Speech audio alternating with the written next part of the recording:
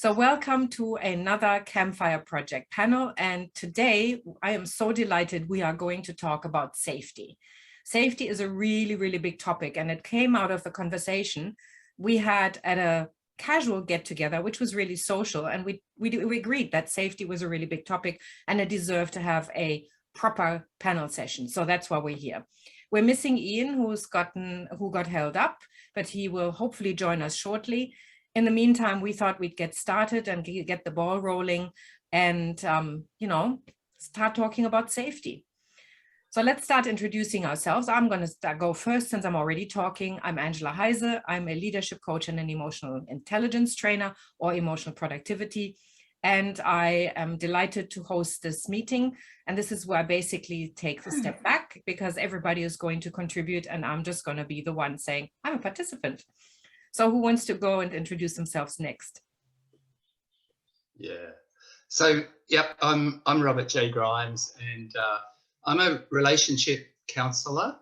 However, I call myself an evolutionary leader in love and life. And I really help people to connect with each other. So whether that's intimate relationships, whether that's friendships, whether that's with your children, or the broader community, I help that with some new ways of doing that. So evolutionary ways of connecting with others. And there's a lot of energy work within that. So that's what I do, and I'm passionate about doing it. Great. Yeah.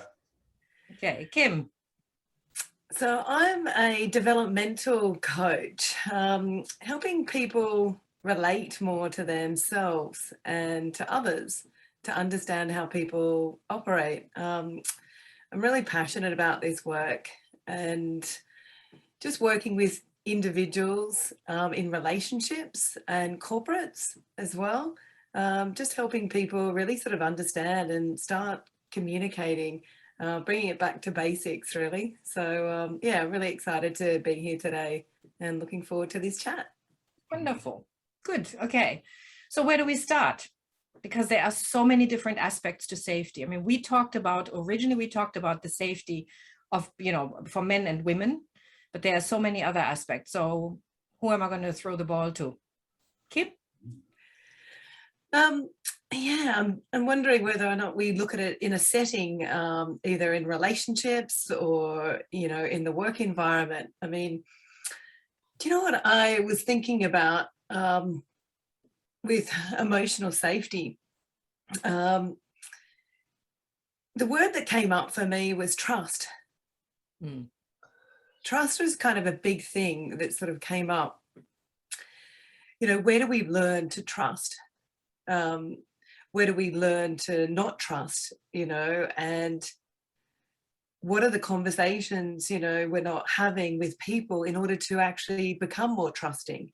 So that was kind of a, big thing that sort of came up. And I feel like that's really prevalent in relationships, and just in general with people relating. I'm feeling like people are not feeling like they're trusting others, and they're therefore not trusting themselves. There's a part of them that's not trusting themselves. And so I think there's a massive polarity in it, to try and sort of dig deeper, to really sort of understand it a bit more, around what do you need specifically in order to then trust someone. So understanding it for yourself and working out, okay, because I trust people implicitly, and I've got probably a high-end trust piece where I can feel someone and I can sort of see and understand how they're communicating, that I have this high radar of trust.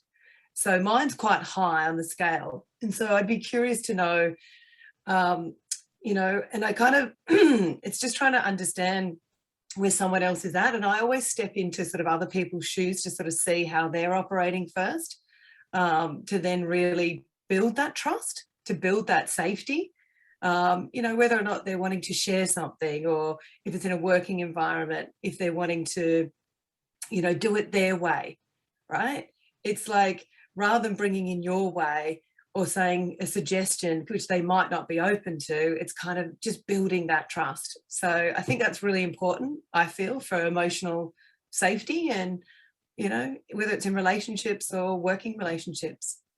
So are you talking about you trusting others or others trusting you and then creating safety from that place? Because there's a big difference.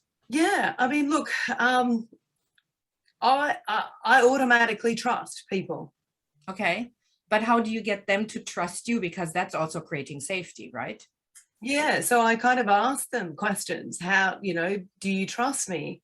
I sometimes ask that of people, who are in the corporate world, did you trust me when you first met me? And they might turn around and actually say no. And so I said, okay, so what was it about me, or what is it that you need in order to then, trust me more? So it's a really interesting, an interesting question, because I feel like there's trust and fear kind of coming up with people not trusting others because they've been burnt in the past.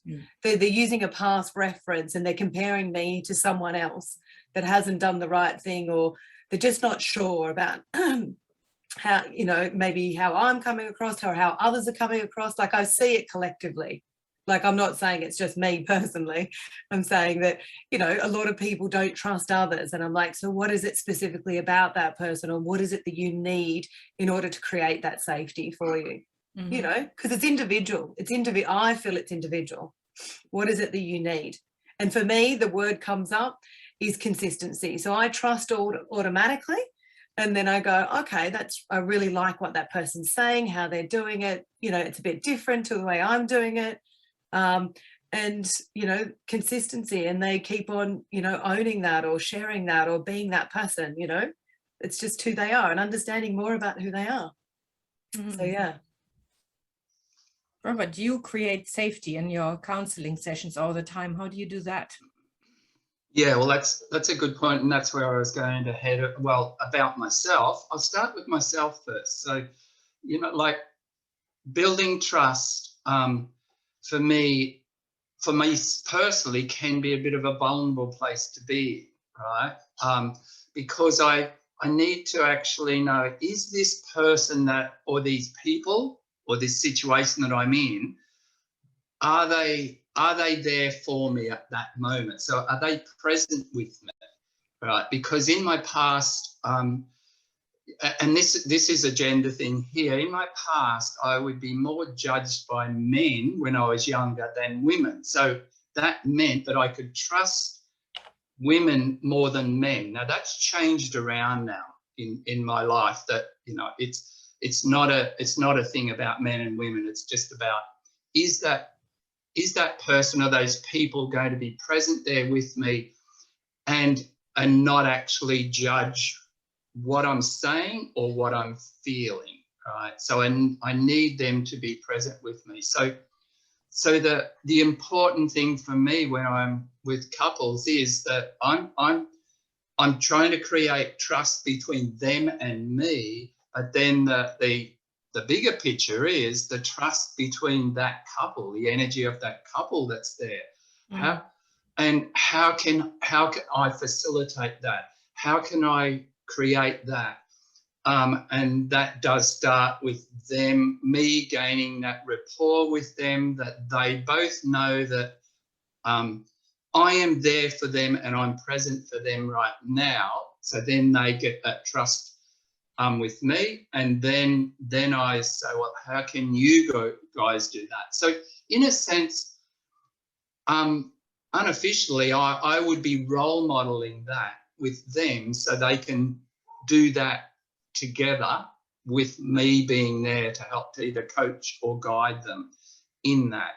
And to actually, whenever there's a judgment coming in about each other, whether they say that verbally or whether it comes in body language, one just shuts down like this, well, and that's the classic one, folding the arms, or even just, looking away and, looking as though, well, I'm not interested.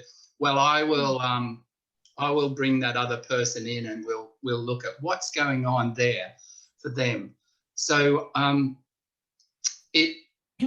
I think it takes a lot of courage to trust people, especially if each one of us has different experiences from our past around, you know, trying to connect with others and then being either judged or put down, or all of those different things that can happen, you know, in our younger life, but any time. And then, Kim, when I think of, you know, in the workplace, you know, like, even that can be challenging, because people can jump into a different way of being, say in a corporate world, to a different way when they're at home or when they're with friends. Yep. And look, me personally, this is just my viewpoint. It shouldn't be different. However, there's different structures in place, and how, you know, corporate and businesses work compared to what happens at home. But seeing things play out, right? When we don't feel trusted, we actually feel scared or anxious about sharing about something. That will happen in the corporate world, but most of the times, including myself, I'll put an image up there of who I am in there, but really it's not me. I actually might be feeling quite anxious, but I'm not going to share that in the corporate world.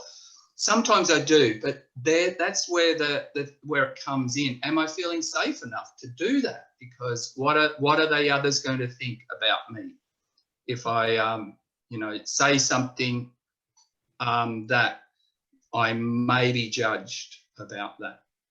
Yeah. Okay.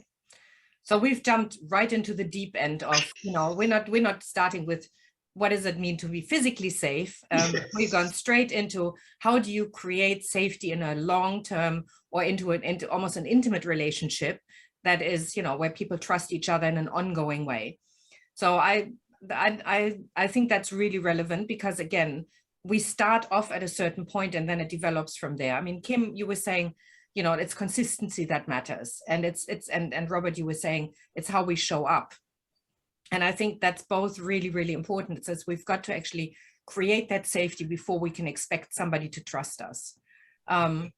What I think is also really relevant is that, and that's something that I do, is I create, actually in relationships, I often create guidelines. I say upfront, if you tell me something you don't want me to go somewhere else, please let me know. I mean, anything you tell me is confidential unless you let me know that I can share it with somebody, for example, in a session. But if it's just like a day-to-day, you know, like somebody shares something with me, it's about actually addressing that sometimes and saying, look, this sounds to me like this is really important. Please feel free to talk about it as long as you feel comfortable. It's just, I think addressing it sometimes is really important, because sometimes people will just go blah and tell us all sorts of stuff, and then later go, oh my God, I can't believe I shared that with you. So I think we have a responsibility to say to people, you are safe with me, you know, because again, and that's integrity. Because a lot of people, not a lot of people, but how many times have you told somebody and then hear it from somebody else and they're saying, oh, I heard, you know? I mean, I was sharing some information at some point that I thought was very public knowledge, because the person hadn't, and this is how I learned the hard way, hadn't framed it up as this was personal information. And I shared it with somebody and said, oh, did you know? Who went straight back to that person and said, oh, I heard you. And that person went, I can't trust Angela anymore. She shares information she's not supposed to share. Wow. So now I go, is this information I can share? Is this something you're telling me? I mean, it's always making sure that generally, you know, I mean, I'm a human being. Sometimes I will assume that when somebody shares something with me in a way of, and I've told someone, that I can share that as well. But again, it's making sure it's about really creating a frame around it and saying, what is okay to talk about? So it creates that psychological safety of, I am able to talk about something and I feel safe around talking. Yeah, I think that's a really great point, Angela. It's, yes, I've had that same situation happen as well, where I've shared some information and it's basically got around. And I took responsibility that I didn't say it was confidential. and that they couldn't say it. And so that's where the difficulty comes in to create that, I feel, because we don't like to assume. And so is it our responsibility then to ask that person, you know, is this confidential? You know, so are we being over responsible because they're not saying that, but then they're almost blaming you in that instance. And like, then that level of trust has gone with that person. You know, and I suppose in that normal circumstance, if it was a close friend, you'd kind of say to them, well, you didn't share that with me, you know, to create that more or that depth, you know, of safety, and saying, look, I'm sorry, and taking ownership, you know, that you did say it, but I wasn't aware. And I loved what Robert said as well around people's body language. And I wanted to talk about that because I think that's really important, what you said, Robert, as well. And even in a physical safety, you know, body language and, you know, how people are closing up. I've noticed people's body language, and I notice it. And it's not something that normal people would notice, right? Necessarily. Like, not everyone notices people's body language. I think in relationships, or whether it's in the corporate or working environment, I've noticed people who, hey, how should I say, quite shy people. And so their body language is quite retracted. And so in order to create emotional safety for these people who I know were going to work in my team, I sort of noticed that I would have a conversation with them, just to sit down with them, to share with them that I would be supporting them. And I could see their body language change through having this conversation up front. And they were quite the opposite, as you said before, Angela, about people who share stuff. Whilst I can share certain stories, I can also be quiet as well. And so I kind of noticed that being a leader or being a manager in a role that you're looking after and the leader of other people, there's a responsibility, I feel, for myself, that I need to ensure the safety of my people. But that's probably an innate or a built-in thing for myself personally, that I look after others. My natural go-to is to put others first before myself. And and so in creating that environment, whether it's seeing those signs, you know, in a situation, you know, whether it is a confronting situation, if people are able, I think it's really important, I feel, if people are able to look at people's body language, because they might not be able to speak as well. And so there could be something that's stopping them in that environment to actually start to open up. And then we create that, what Robert said, is creating that and being that facilitator or being that leader in that space to then make it a little bit more comfortable for those people to start to open up. So yeah, I found that, you know, to be quite useful.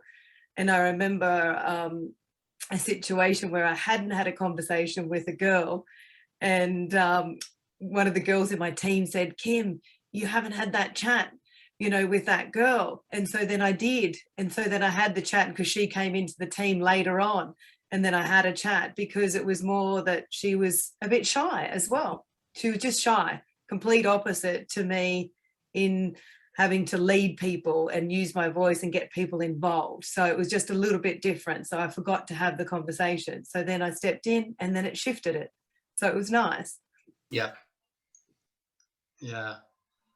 Thank you, Kim. I think very much of me facilitating, you know, groups of people. Now, wherever they are, whether in corporate, whether they're just men coming in for a support group or psychoeducational group that I've done for 18 years with men, or whether it's a group of women and men, but there needs to be like the guidelines or the protocol around this gathering that's happening now, and what are those guidelines? And, you know, and that is around, you know, just briefly, but not all of them, you know, like just to listen, not to fix, of course, you know, not to be judgmental or not to be outwardly verbally judgmental, and then a whole lot of others. But what I've noticed over these 18 years of running these men's groups is once the safety is created, and normally, these groups are 8 weeks long for 2.5 hours each week. After, say, the first, but normally after the second group, if it's facilitated well with the guidelines and facilitating that no one's jumping in and trying to fix and all of that sort of stuff, it's amazing. By the third week, these guys just open up so much more. And the little saying in Australia here is that, and it could be for anyone, but what I have said to women is that you would love to be a fly on the wall watching this group, say from the third session onwards, because it's amazing, you know. And when I even speak that now, I just feel it, because these guys open up, and it's like a different dimension for them, even with them at home, say with their partner or at work. But once that safety is created, then they open up, and they will open up just as much as what women do, even emotionally. Yeah. I love it. I have a client who told me that I was working with a whole team, and they had a competition going. And I said, what was that? And they said, well, who was going to cry the fastest in the first session with me? And I was like, what? Oh my God, that's terrible. She said, no, it's really good. It means it's the point where people became real. Yeah. When they started opening up and they acknowledged that they didn't have to hold it together anymore. And I said, okay, so that's a good thing then. She said, absolutely. And I said, so may I ask what the record was? She said 10 minutes. Oh. I'm like, okay, right. But it is, as you said, you know, it's creating that space, having the guidelines, saying, you know, I am here for you. And again, this what stays in here, you know, what you say stays in here, and all of those things, they make such a difference. And I think that is what if we show up like that, you know, it really makes a difference, because I mean, we are energy. And if that's what we are bringing out, then that's what people are going to respond to. Whereas, and I really want to bring it back, if it's okay with you, because we really, when we were talking about this, we also talked about the fact that men and women saw safety as a very different thing. Now, we talked about emotional and psychological safety, and I think that has nothing to do with gender. I think, you know, it's like trust, as Kim was saying, and as you were saying, Robert, trust is trust. Once you've built trust, there's safety, and that's when we can open up and we can build that. But physical safety starts at a very different vantage point for both men and women, totally different. And Robert is nodding. Yes. Yeah. I just want to very briefly share, I've also, through the, you know, Gender Equity and Reconciliation International, we've run 3-day workshops with men and women. And the first day is creating safety for both, right? For both men and women. And even sometimes someone might not even identify as a man or woman, or they might be transitioning. So, you know, so there's where all the, you know, the gender fluidity sort of comes in. But creating safety, that whole day is that little exercises, little things to do to create that safety. And sometimes that is creating the safety between men and women, but it can be between women and women and men as well in all of that. So once that's created, then the next day is some amazing depth of sharing. So it's just phenomenal when that happens.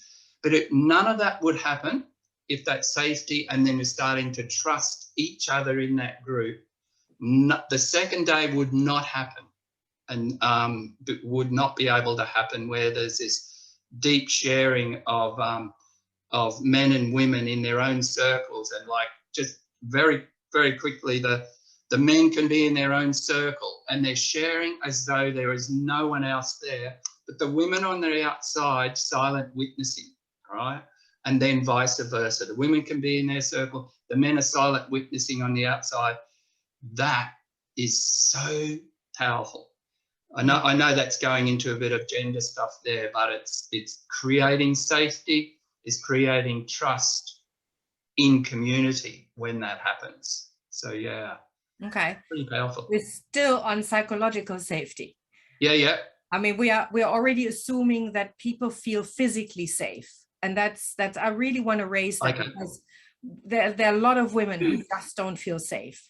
There's a book called The Macho Paradox, and I can't remember the author at the moment, but he wrote in one of the very first chapters how he runs workshops. And what he does, he takes a whiteboard, he puts a line down the middle, and he says to the men in the group and says, okay, tell me, when was the last time you thought about your safety? And he says, physical safety. Physical safety. They were crickets. That's like, they're nobody. They just look and go, what? Then he says to the women in the group, now tell me, when is the last time you thought about your physical safety?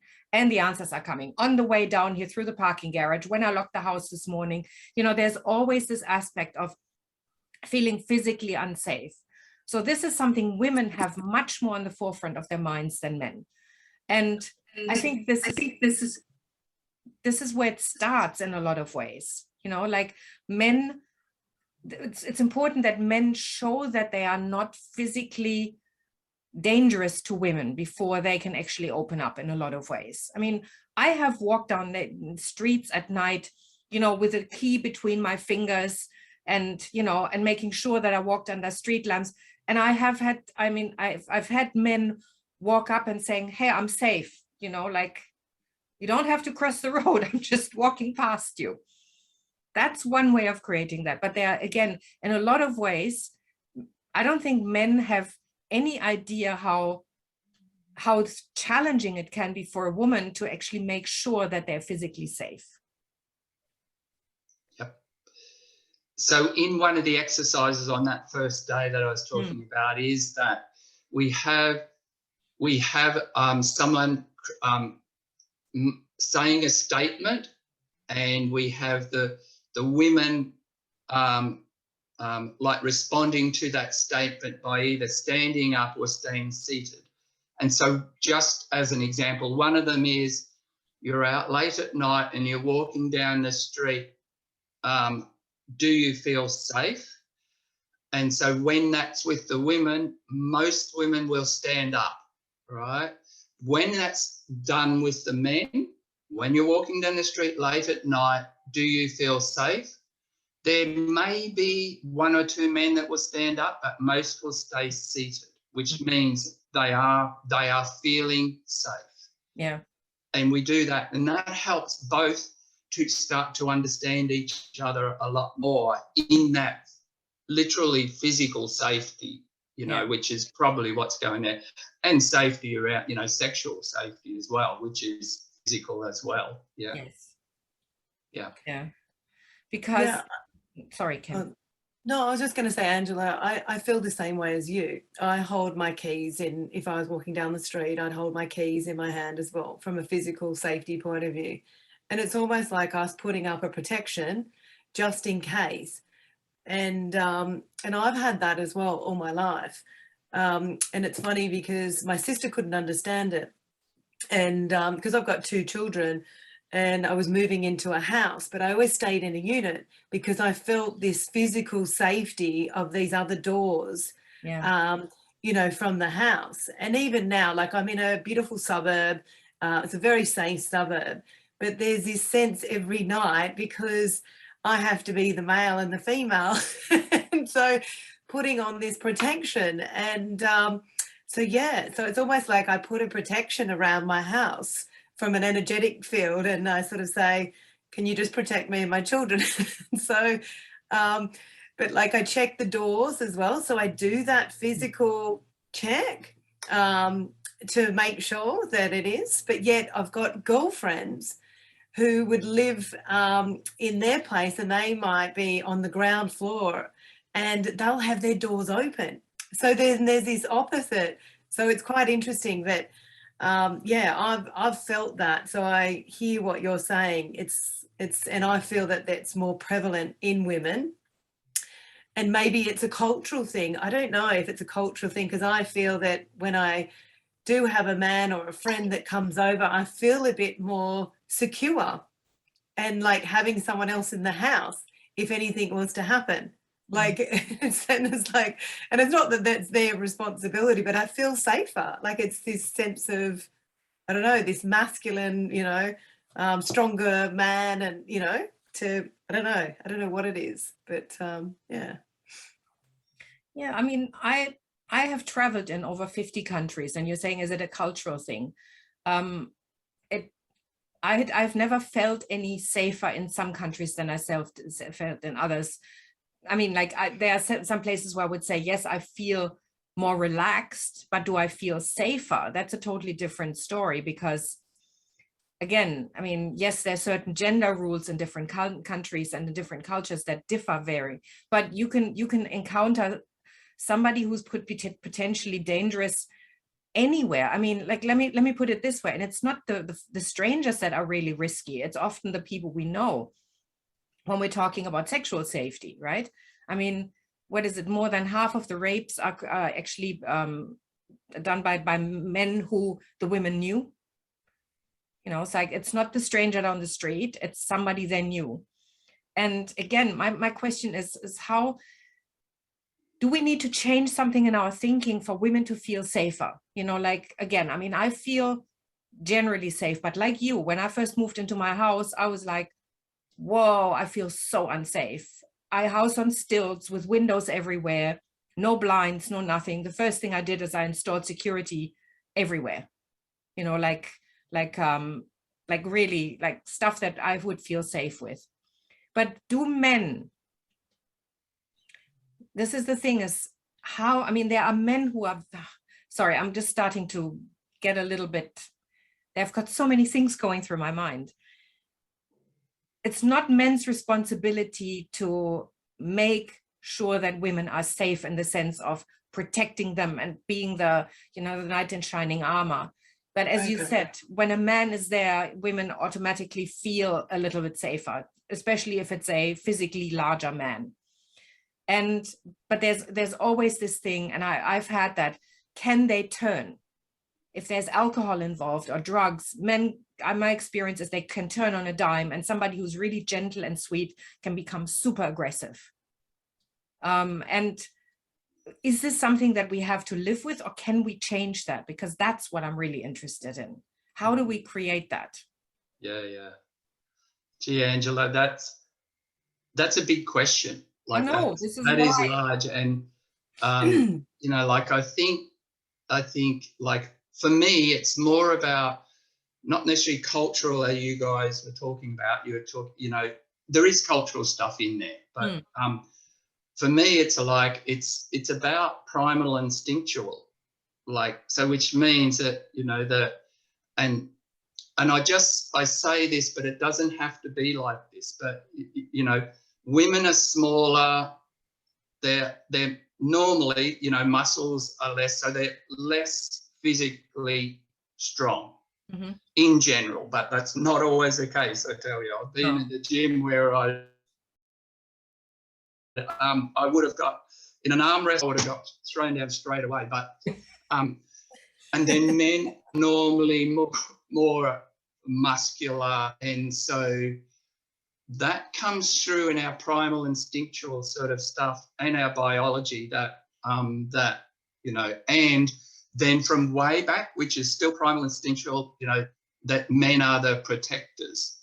Now, it's changing in all of that, because what do we, what is it really to be protection? Because like, and this is a bit extreme, but well, over in the US, a woman can carry a gun, and do they feel protected, or do they feel safer by carrying that gun because they've got some power with that? And I'm not saying they do, but there's different things that come in these days. But but it's mainly about that, that women are not as physically as strong as men. And I really get what you said, Angela, about that men, anyone can turn with mood altering substances, but men we have that edge of, well, depending on what's happened in our past with our traumas and all of that, but also our testosterone.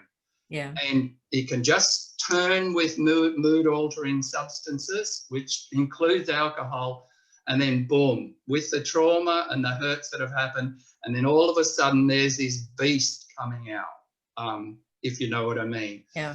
And where did that come from? Yeah. Yeah. Because that's one of the things that's still a really big issue is domestic violence. You know, I mean, there are thousands of women are killed, you know, every year. Yeah. That, you know, because this is where we come back full circle to the trust that you were talking about, Kim. You know, I can trust somebody and then something happens, and do I still keep that trust, or does it get so eroded that I now have to protect myself all the time? Yeah. And look, I mean, I've had situations where I have trusted people and they have betrayed the trust. But on a deeper level, I've kind of looked at it to sort of step in and why they did what they did. And I've still regained that trust because I know the person and I understand, you know, why they might have. And going to what Robert's saying, you know, it's the trauma and the alcohol is the vehicle for them to actually then kind of unleash that almost. And sometimes it's the vehicle, but they haven't kind of looked at that. And so when you said, and look, I love what Robert said before around guidelines, you know, and even what you were saying about, well, how do we start thinking and behaving, you know, for that before it turns, because that's that physical safety. And I know of people that have been in those situations, and even a family member of mine who is in that situation, and, you know, things turned through that vehicle of alcohol. And, you know, in pointing to what Robert said, it comes back to us looking at ourselves and our responsibility of what's coming up for us. But it's whether or not we're prepared to look at that, to then create that safety, because unless that person realizes that they weren't safe, and whether or not one of the steps in this process is us to say, I didn't feel safe, you know, in that situation. Like, I didn't feel safe. I didn't feel comfortable, whatever word you want to pick or go to. I didn't feel safe from that, because I feel that sometimes people are holding that back and that could be missing. And then they're suppressing that. And so if the more that we can do that, and then going out to a resource or to a friend to then share that. And whilst that will be tough, I feel that we need to start talking about those, having those conversations to then create it, to say, is that healthy or is it unhealthy? And then try to work out how you could reduce that by looking at that stuff, by that person going to see someone, if they're not working on, you know, their inner stuff, because this is what, and you work in emotional intelligence, Angela, and I think that's a real critical path. And what's coming up, I actually am noticing, and, you know, I'm feeling, I'm noticing, I'm hearing from people, just people's frustration and people bringing up these emotions, and even the alcohol's not involved. And sometimes it's creating an environment where it's not safe, because that person is kind of either launching at someone and it's not safe. And I was in a recent group session, and going back to Robert's point of the guidelines, the guy that was creating this environment didn't set the guidelines in the beginning. And then there was a few people that were kind of downloading and pointing the finger at other people and blaming others. They weren't actually lifting them up and going, oh, this is a great group. This is amazing how this has been supported. They didn't step in to understand what the group was about. They were just saying what you haven't done. Everyone's pointing the finger. And so I feel that can sometimes be created in an environment, whether it's in a relationship, people are creating those conversations where you're having a few drinks and it's probably not right time as well. So it's little things like that going, okay, do we need to have that conversation now whilst you feel comfortable maybe having a couple of drinks? Is that the right time? And then is that fueling the next reaction? Yeah. This is my take on it, understanding why things are unfolding the way they are. Yeah. Can we take little steps to improve the quality of our connections? Yeah. Well, I'm really passionate about this topic because I grew up in a family where there was no violence in that sense that men were hitting women, but there was always implied violence. You know, things were being thrown. Again, there was alcohol. And I spent most of my childhood and my teenage year walking around on eggshells to make sure that I wasn't setting somebody off. Because it was always, don't make him angry. And I would sit there and say, but he's already angry. I'm not making him angry. I didn't understand that. And so I'm very passionate about being able to say, and this is something I learned over the years, because I would just basically go, I've got to make myself invisible here, because that's the only way I can be safe, to being able to stand up and say to that person, I am not feeling safe. I am going to remove myself. And I'll be glad to have a talk with you about whatever is going on right now that's triggering you. But right now I'm removing myself from the situation. And I've had relationships where the person would then say, oh, you're making a mountain out of a molehill. I just had a bit of a moment. And I say, well, you know what? I generally operate from once as an accident, twice as coincidence, 3 times as the beginning of a pattern. If you do this again, I'll start thinking about this, because this is a deal breaker. And if you do it again and I see that there's a pattern, that's it, it's out. And I can tell you quite honestly, people would do it again, because that kind of behavior can be very addictive. But I've also had relationships where I would say to the person, I've drawn the line, I'm out, and then reconnected with that person a couple of years later, and it had never happened again. They would they never did the raging, the ranting ever again. Because it was important for them to be in relationship with me. And I said, and that's your choice. Yeah.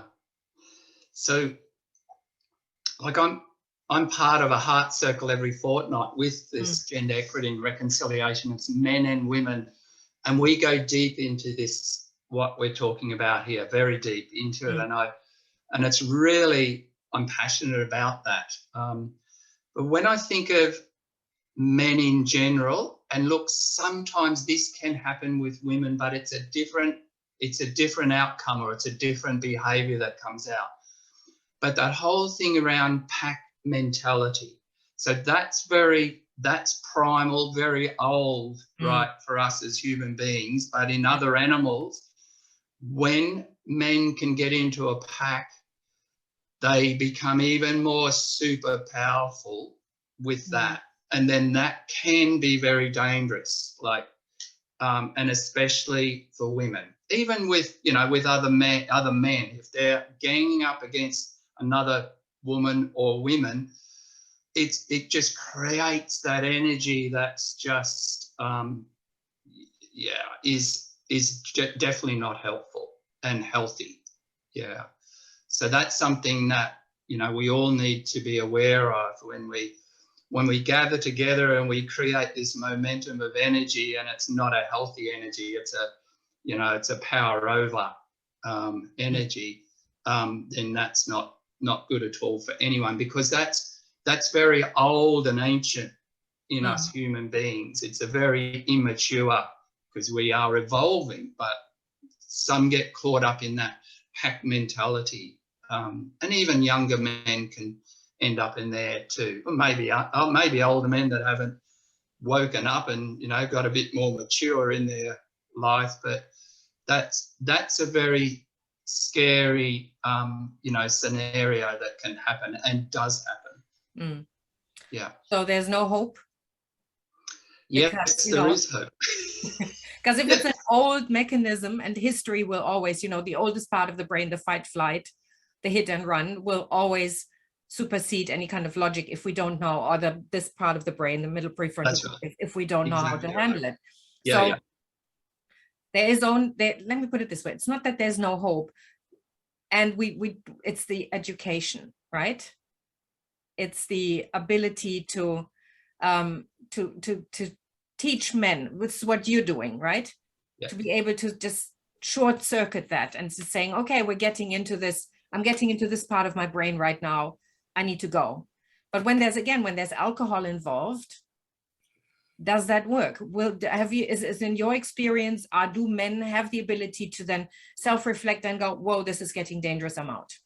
Yeah, that's most times no, because alcohol or other drugs just take over, and then it does go in, it can end up into that primal sort of stuff. However, yeah, it is, and the word I use, Angela used the word educate or inform, but out of that awareness, awareness of that person, whether it's a man, whether it's a woman, of understanding what just happened there, like they've just reverted back to the primal brain and there's nothing going on here. And that happens to every one of us, actually. It's not just men, every one of us. But when us men end up in that primal, then we're wanting, first of all, we're wanting to stay alive and we're wanting to protect. And but protect might mean being aggressive, physically, verbally, and that, abusive and aggressive, because then we revert back to our old, very primitive way. So it is about awareness. It is about education and awareness, and when that can happen, when men can do that together, where they're supporting each other in that. And what's really happening there is behaviour change to a degree, right? Changing a behaviour.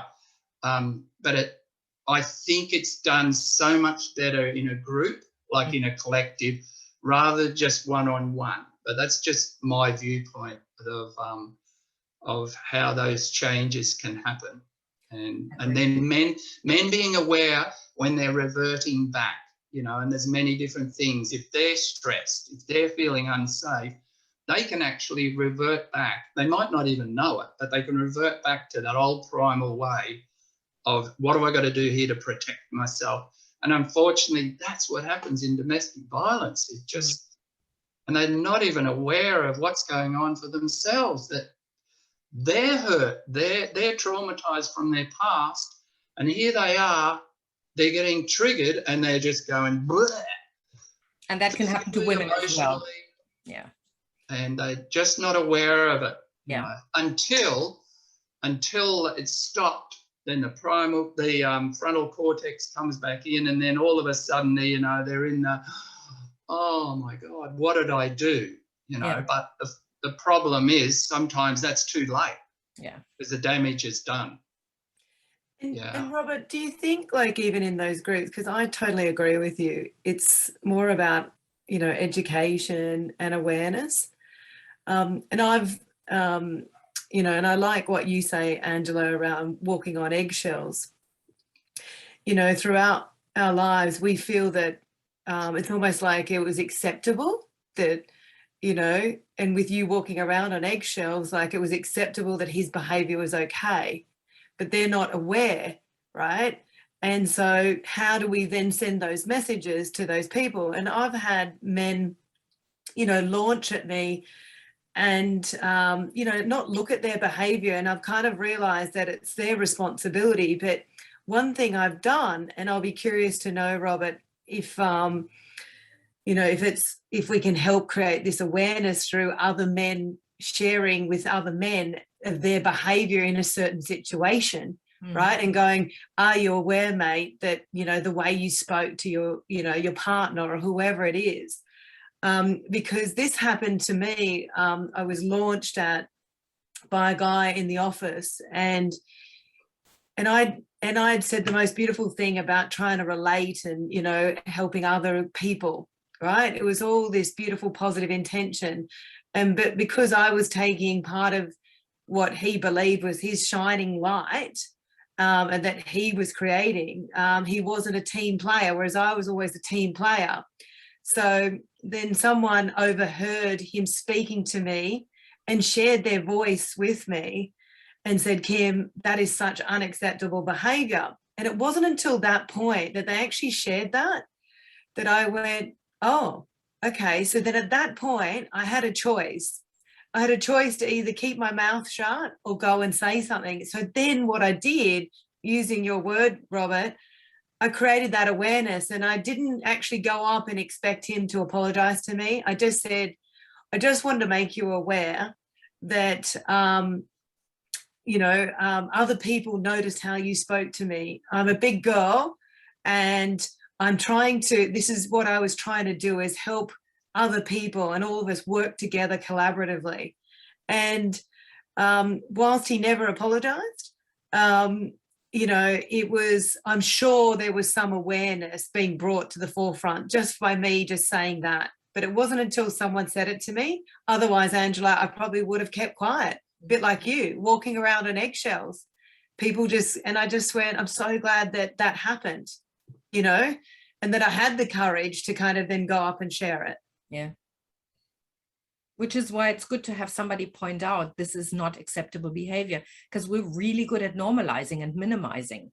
Oh, that's just normal. That's what everybody does. And that's what I heard all the time. When I questioned, when I grew up, I was like, this doesn't make any sense, or why are we so unhappy, and why are we accepting this? Or everybody does this. This is normal. And I went, but this is normal. That creates unhappiness.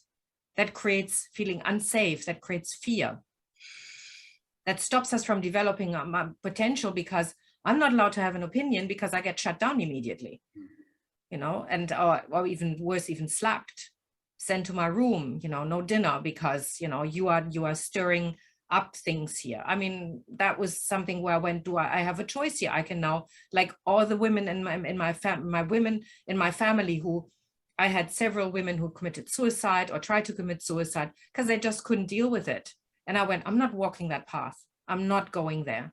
And if it means that I shut these men out of my life, then so be it. But I am not going to live in fear. Yeah, I can understand that. Yeah, it's good, Angela and Kim. I think of, and this used to happen with me quite often in the past, not so much now, it's maybe the circle of men that I hang around with, but it might happen in a group that, I might be facilitating. But a man can say this broad statement around, they're talking, and they might be talking about their partner or someone else or their sister, but they'll say this, but you know what women are like. Yeah. And I strongly question that now with them. I say, well, for starters, I don't know from your perspective. Can you tell me a bit more about that? That's a very broad statement you're saying. You know what women are like. So I bring it back and then I say, what's that mean? And then, they start unpacking that a little bit more. And then I will just turn it back around to them as well, which is really important, because those broad statements like that are not helpful, And that's inclusive of women saying the same thing about men. You know what men are like, and I've heard that as well. And it's like it's putting all men into the same category, and either way, and putting women into the same category, and it's just not helpful.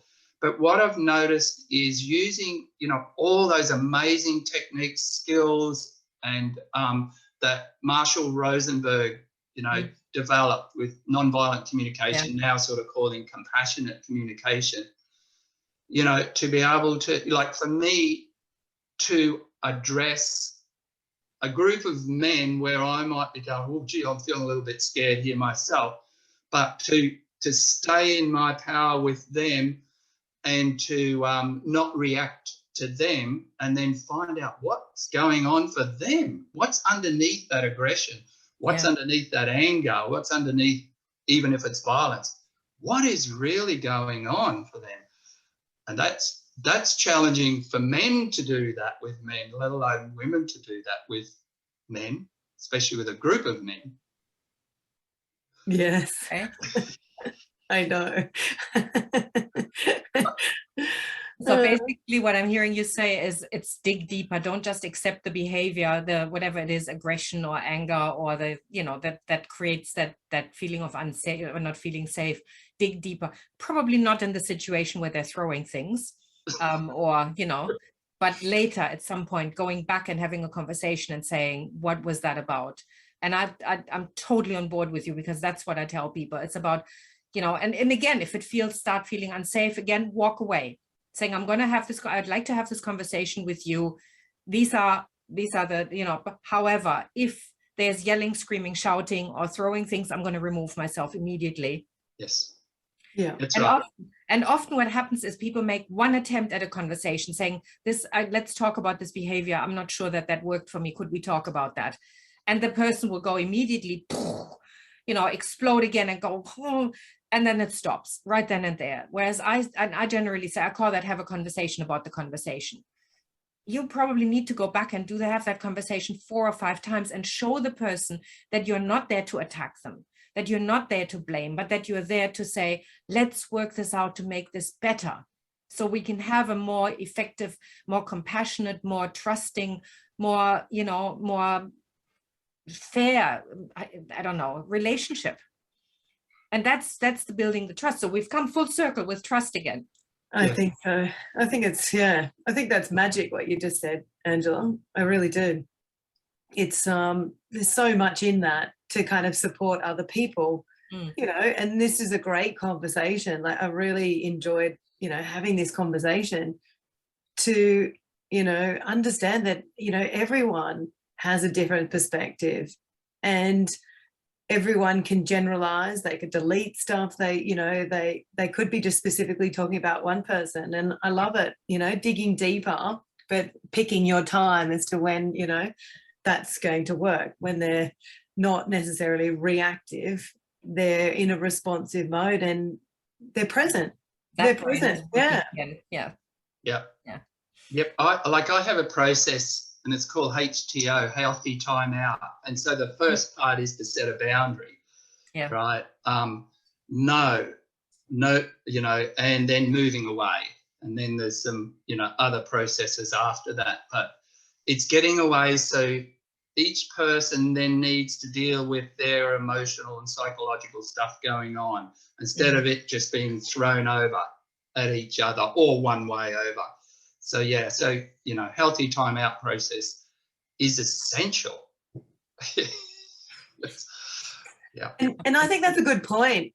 I love that, what you just said, Robert. And I want to just pick up on that is everyone kind of dealing with their own emotional, psychological stuff first, then that creates a more healthier physical, you know, psychological safety, because you're kind of taking responsibility of your own stuff, because everyone's convinced that other people are making us feel angry, right? Or frustrated, but it's our stuff. And so if we can work on that a little bit and then talk through it, or as you say, have the time out and say, I just need time to process what you've said. I've got stuff coming up for me. I think that's super important, really. Yeah, I think it's great. Okay. Well, we're almost there. Shall we have some final, any kind of final words that you want to have, or have we said it for now? Because we can talk about this for hours, right? We've just scratched the surface. Emotional, sexual, physical, mental. I mean, there are all these other aspects of safety that we can talk forever about. But again, what's a tip? What's a tip where you can say, how can you create safety, or how can you make sure that you're safe? Either aspect.